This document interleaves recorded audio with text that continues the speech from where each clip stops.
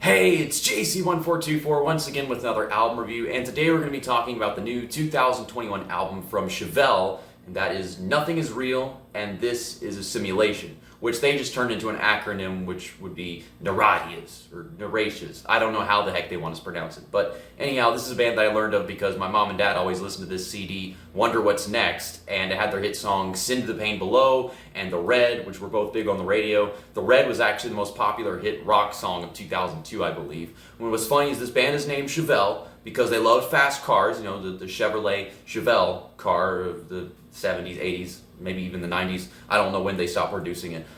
But I have not one racing or car game that features a song by CheVelle. Well, get one of these songs the next NASCAR game, or Need for Speed game, or Forza. I don't freaking know. I haven't played all the racing games in the world, but you get my point. And this was just another one of those bands that was inspired by Tool. And it's funny because like Breaking Benjamin, 10 Years, whatever, were inspired by CheVelle, which were inspired by Tool. But this band is also inspired by Helmet, a band that I've never actually listened to. I know a song by Linkin Park featuring Paige Hamilton, but that's about it. Anyways, let's get into the tracks here. First one is Verruckt. And it's just a dark jam session and lots of wah-wah on the transition and the solo for the guitar. It feels a lot like a song that's stripped of its singing, but it didn't really need any. It didn't need any lyrics. It's just that freaking good. And I love how much the drum kick it just picks up more and more as it intensifies at the ending of the song.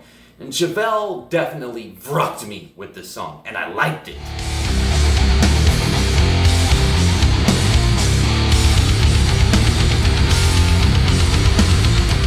Track 2 would be the first actual song on the album, and that is So Long, Mother Earth. And I take it as a message of how out of touch we are with nature when entering urban areas or tuning into technology, but less of this boomer shit like you would get from Disturbed back in 2018, which I ironically liked and still do. But this is coming more from the perspective of Earth rather than, you know, humans and how we function as a society in itself. The guitar riff is much quicker than the muddy bass and drums on this song, and it starts off this album with a more syrupy voice from Pete. And it's always syrupy, but it's just a perfect note to really get it going. The chorus has the release of chords while the vocals vary between a canyon-like and studio-like imagery, which really helps out with the whole nature thing I'm already talking about. But there are shifts from impatience to acceptance and feeling throughout this song.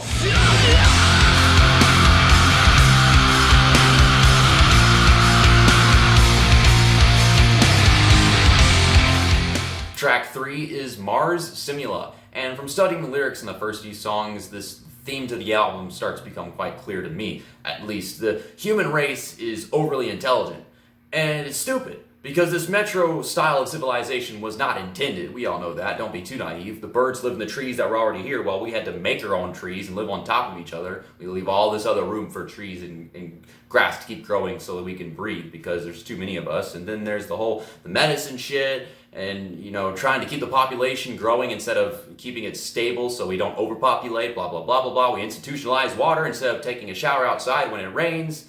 And then we're ashamed of our own bodies. We have to wear clothes whenever we don't even need to. It's perfectly fine temperatures outside. And I digress. I guess that's kind of what's going here. That's how I take it. And, but it goes on about space and how we're trying to live in a completely different world than the one that's already here. I get a sense of melodic hardcore from this song, but the overall pace isn't necessarily that fast. You know, I think of Rise Against, but instead it never goes at full freaking speed. Instead, the drum fills and build up are everything, and the guitar gets muted and crabby.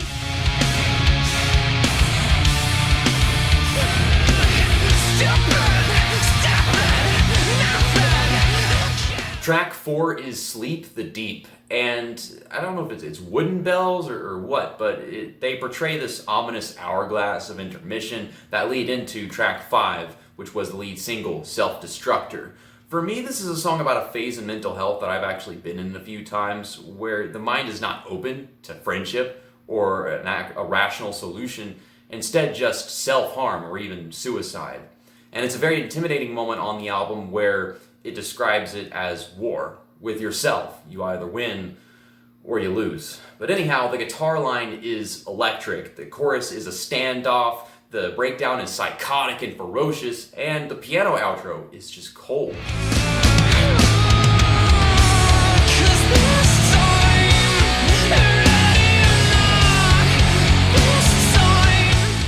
sixth track on this album is Pistol Star, Gravity Heals.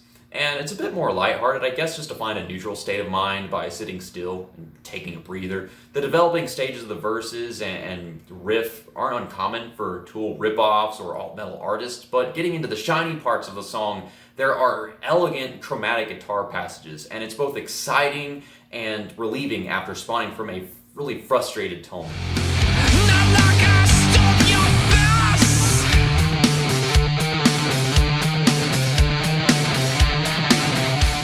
Track 7 is Verruckt, and it's a repeated and more or less echoed link between that song and the next one.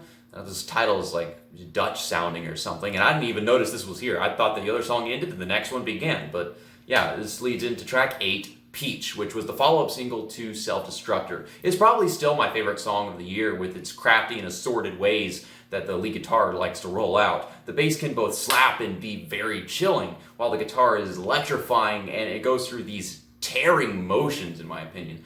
And lyrically, I think it's straightforward about manipulation and entrapment. And Pete Loeffler has this smooth way of seeing it as passive-aggressive bait. You know, he's like, come on, take the bait, see what happens.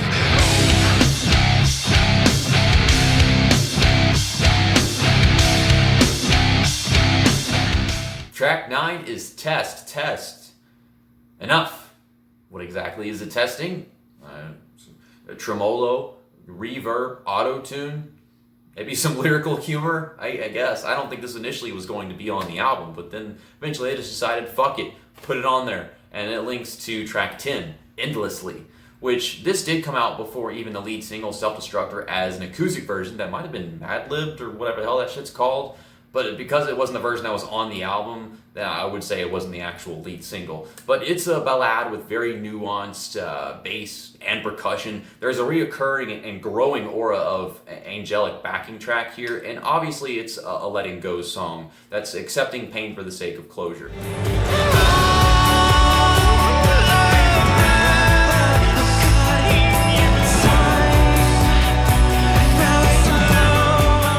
Track number 11 is Remember When, and this did come out just before the album as like a third single, but at that point it's really just a sneak peek, and I didn't pick it up very well in my speakers of my car whenever I first listened to it. And then I listened to the album all the way through with headphones, and I was fully zoned in, and it's great shit because it's basically your Send the Pain Below style song of the entire album.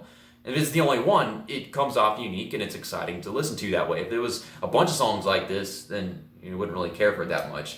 But he's singing about like how nostalgia is fuel for your journey through space, and ironically this has a very 90s-like sound to it because the guitar line is so zingy and flowery, and the cymbals sneak in all crisp at the end of the bridge. And this is totally like your song of the summer, although summer is quite a few months away from now.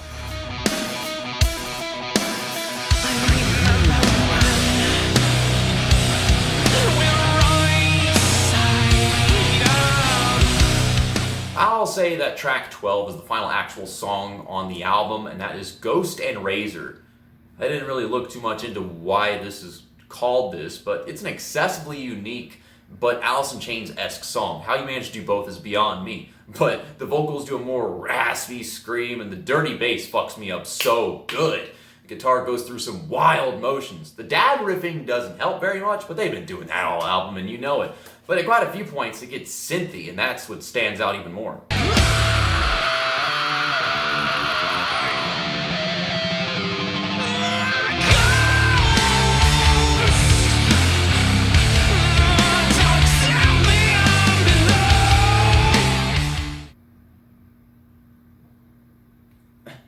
I was reading that. What would the new ones have had a sharp decrease in quality? Oh, okay. As he was talking about diecast. I mean, I started it, and I'm wearing his shirt right now. Kamikaze Games. Subscribe to his channel up there. He likes CheVelle too, or at least I think he does. You better like CheVelle.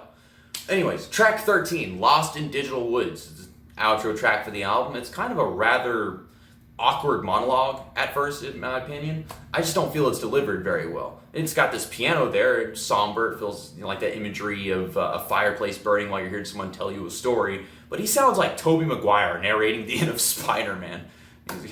With great power comes great responsibility. Who am I? You really want to know? Kisses, curse, and dunce. I'm Spider-Man. And then the guitar is kind of doing the same thing that it did in track 9, Test, Test, Enough, except it's got this doodly, noodly alien shit. But this is like a space galaxy themed album, but you hear this little the whole freaking time you're listening to the song. I mean, you can't complain about it. The only thing that really just fucks it up for me is that I wasn't expecting him talking to sound so fucking weird, man. But that was like a 7 out of 10 song, and it doesn't ruin the album, but it sure as hell doesn't make it better. Everything else on here I gave a 10 out of 10, 9 out of 10, and then a few songs were 8 out of 10. But my final score for the new album by CheVelle, Niratias, or Nothing is Real and This is a Simulation, is a 92%, which is a B+, as high as the beat can go. And it was so close to being an A in that territory. I think I like this album just as much as The Pretty Reckless, and I can say through that after all these little statistics that I did and everything. The album ends better than The Pretty Reckless's album. People don't want to hear me compare it, but I'm just comparing scores, not the actual music. So it's a whole different thing whenever you actually listen to the music. Depends on the day which one I actually want to listen to. But I've got a long road trip ahead of me whenever I go to Austin this summer with Kamikaze. Everything is Kamikaze at the end of this video. But I think these are both albums that I want to listen to on the way, just to pass the time. A great album. The guitar work was fantastic. The drums were completely solid. His voice was so syrupy but screamy and great in that sense too. I don't feel like his voice has really changed that much at all. If anything, it's gotten better. And I think I like this album more than any CheVelle album I've listened to, although there's some songs on other albums I like more than any other on here, because Wonder What's Next is very dear to me. I didn't really care for the North Corridor that much, though some of the singles and deep cuts in there were great as well. It's been ages since I listened to La Gargola, and I don't think I've listened to any other CheVelle album, but at some point I'm going to listen to them all. Anyhow, thanks for watching and listening to me talk about this new CheVelle album. I wanted to get it out on Friday to get them release day views, but it took forever for the fucking album to get leaked. I'm such a fucking pirate.